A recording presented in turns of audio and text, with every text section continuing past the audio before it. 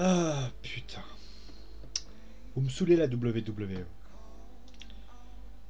Faut me saouler la WWE. Et vous me saoulez d'une puissance, mais intersidérale. Expliquez-moi.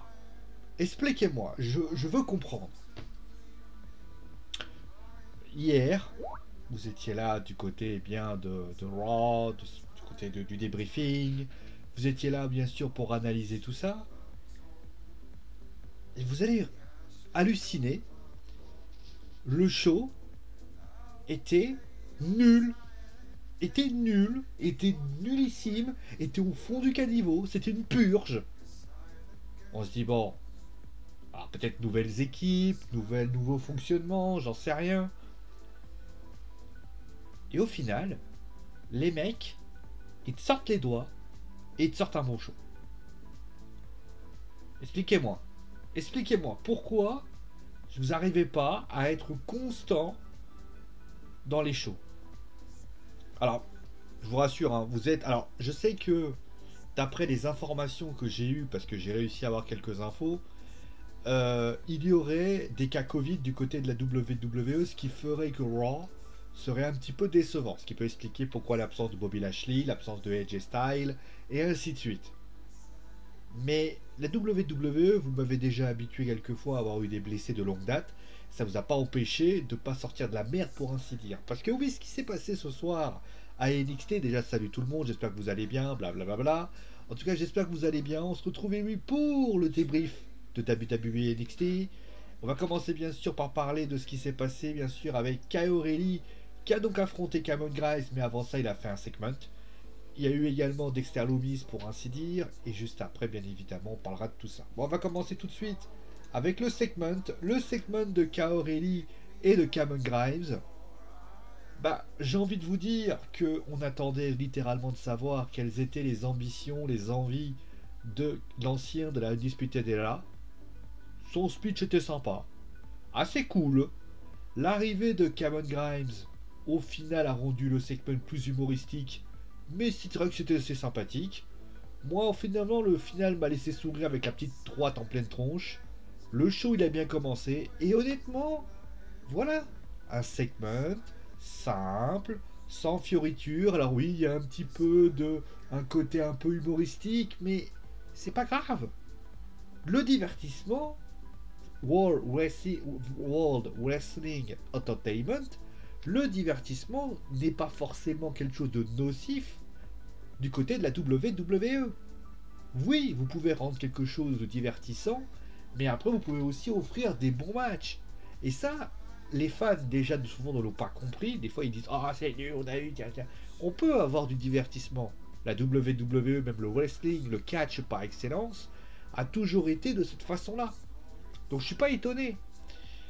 Et donc voilà ce qui s'est passé. Juste après, on a eu donc Dexter Lumis, qui a donc fait face à LA Knight. Franchement, match sympa. Match assez serré, match sympa. Avec un style très brawl, mais pas forcément déplaisant. Voilà. Après, bon, pour l'intervention de Eddie Hartwell, je la trouve logique. Alors, moi, franchement, la semaine dernière, je me suis dit, ça va être un stratagème. C'est pour que Dexter Lumis s'en va, pour que l'équipe perde. Et au final, tu te dis, bah en fait, non. En fait, je crois que la meuf, elle est en total in love du côté de ça. Alors après, est-ce que c'est une mise en scène? Est-ce que c'est fait pour, on va dire, faire que Dexter Lumis soit distrait? C'est possible. Parce que peut-être que... Alors, j'aurais dit ça oui, mais il faut quand même rappeler que Bronson Reed veut un match de championnat contre Johnny Gargano. Donc, on va voir comment les choses vont se mettre en place. Mais en tout cas, ce qui est certain, c'est que Indy joue très très bien son rôle. D'ailleurs, en segment coulisses, ça aussi, ça m'a fait rigoler. La voir partir à droite et tout. Je sais pas ce qu'elle a fait, mais c'est très marrant. D'ailleurs, Candice qui ne croit pas en une seule seconde à ce qui va se passer, elle est vraiment, mais en PLS pour ainsi dire, c'était assez marrant.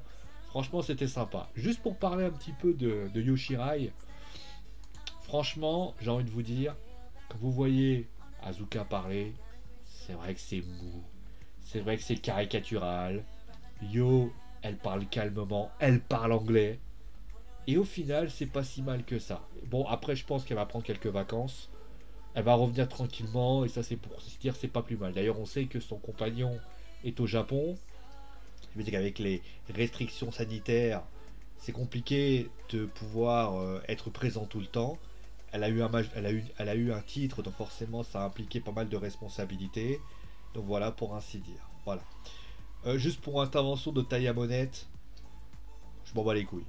Voilà, l'intervention de Taya Monette, je suis toujours en train de me demander pourquoi elle est intervenue. Voilà, elle est venue en mode fan service, voilà, je sais pas trop. Après cela, on a eu donc la Breezango qui a fait face à la Young Grease Veteran. Voilà un exemple encore une fois que le divertissement peut fusionner avec la Breezango. La Breezango te fait une entrée pour sur saluer le prince Philippe, très bien. Et finalement le match est super cool, agréable à regarder, il y a des bons spots. Voilà un tag team match super plaisant et à savourer. Franchement, c'était un super match et il n'y avait pas besoin de faire des fioritures pour ainsi dire. Le club, l'institution WWE est respectée et c'était assez sympa. Voilà. Généralement, il n'y a pas grand chose à dire. Le match est bien. Je ne demande pas des vérités des mamures parce que clairement, c'était pas le main event. Mais le match était très agréable à regarder, concrètement. Tout comme le match d'après. Alors, le match d'après, qui était donc Zoe Stark qui faisait face à Saleh, la nouvelle recrue, vous savez, japonaise qui a été recrutée par la WWE. Alors, je vais quand même être un peu indulgent parce qu'il y a quand même eu des choses qui ont été étonnantes. Le match a manqué de consistance avec certains points. Je l'ai trouvé parfois poussif. Après, clairement, c'est agréable à regarder. Il y a une bonne chose. C'est un bon moyen de se mettre en place. Surtout qu'on le sait, hein, ça arrive à devoir apprendre le style WWE. Et ça va être compliqué parfois pour certains points. Mais c'est bien en tout cas. Et sincèrement, c'est une très belle chose qui a été mise en place. À elle de bosser maintenant. Peut-être aussi se mettre en équipe avec Zoe Stark. Qui pourrait être peut-être une bonne idée. Là, permettre justement de la faire bosser. Et justement de la faire progresser par rapport à ça. En tout cas, moi je suis très content de la voir. Elle a proposé certaines choses. Et ça c'était cool. Voilà. C'est pareil pour Kushida. Kushida qui a remporté donc le titre poids moyen. Moi j'attends toujours le match référence de Kushida. Kushida est un lutteur exceptionnel. Mais à la WWE, j'attends toujours ce match où je me dis, là c'est bon. Ça va venir, ça va mieux en mieux. Mais là il manque encore le match référence. Quand il y sera, ça va être un bijou. Ça va être un bijou et on va se lever le matin pour aller voir Kushida. Surtout qu'il fait des efforts pour parler anglais, il fait des efforts pour s'intégrer. Quand je dis s'intégrer, attention, hein, parce que certains vont me dire, je connais certains qui vont me dire, ouais, ça veut dire quoi? Ça veut dire que ça veut dire quoi? Par rapport à l'immigration, ça n'a rien à voir. Faut pas se leurrer. Quand vous parlez pas la langue où vous êtes dans votre travail, vous pouvez pas vous en sortir. Pourquoi Yoshirai parle anglais? Parce qu'elle est consciente de ça. Il y a Kazuka qui a pas envie. Bah, j'ai envie de vous dire, certes, elle fait une carrière, mais parce que c'est la première. Si Yoshira était passé avant, je doute fort que ça se passe. En tout cas, voilà mon avis là-dessus. Le match d'après était clairement assez anecdotique. Voilà, Imperium a gagné, match correct sans plus, voilà par rapport à ça. Et juste après, on a eu donc le main event, Kaori qui a donc fait face à Cameron Grimes. De toute façon, je le dis, Kaori est un excellent lutteur. Mais moi, j'aimerais à un moment donné qu'on arrête de ficeler, de fixer sur Kaori, mais qu'on pense un peu à Cameron Grimes, qui est un lutteur extrêmement talentueux, divertissant, qui est capable justement de proposer un super duel, techniquement doué, tactiquement doué, qui est beaucoup de bon style. La WWE tient vraiment un excellent lutteur, et quand il est sur le ring, c'est excellent. Super main event, c'était un main event de très très grande qualité, avec notamment un super duel entre les deux, du suspense à en revoir. La présence notamment de Karen Cross était très très bien, était très subtile. Mais je vais dire la vérité, j'ai adoré ce match. Super match entre les deux parties. Et on peut dire une chose, j'ai cru d'ailleurs à l'intervention d'Adam Cole, finalement il n'est pas là. Mais sincèrement, c'était un super match. Et on peut qu'être ravi de ce qui s'est passé. Et donc ça revient à ma conclusion finalement. Vous avez pu l'entendre, NXT est très bon. Le show qui a été proposé aujourd'hui est d'une qualité exceptionnel. Voilà, je le dis clairement, on a un super show d'excellente qualité. D'ailleurs, on se demande comment tu peux faire une purge à Raw et faire des shows si bons. Alors, je sais ce qu'on va me dire, oui, mais c'est parce que c'est pas les mêmes, etc. Mais quand tu vois ce show-là, tu te dis, bordel, qu'est-ce qui va se passer quand Adam Cole va revenir, quand il va y avoir les Ciampa, etc., etc. Franchement, c'était du très très bonne qualité, du 5 étoiles, enfin du 4, allez, on va dire du 4 étoiles. C'était très bon.